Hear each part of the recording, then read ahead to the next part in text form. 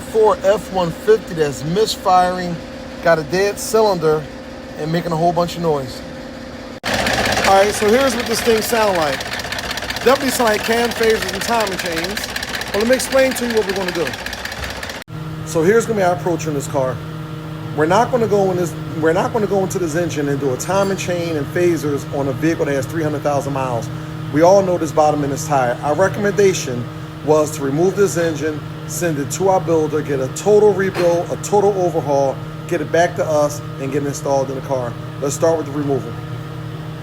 So our plan of attack here is to remove the cabin from the chassis, raise it up in the air, and leave the chassis down on the ground. We got some bolts that we have to deal with. It might be hard for you to see. There's some rusted up bolts in there that we're going to have to get out in order to do so. All right, we are slowly heating up the cab bolts. Go ahead and zip it off.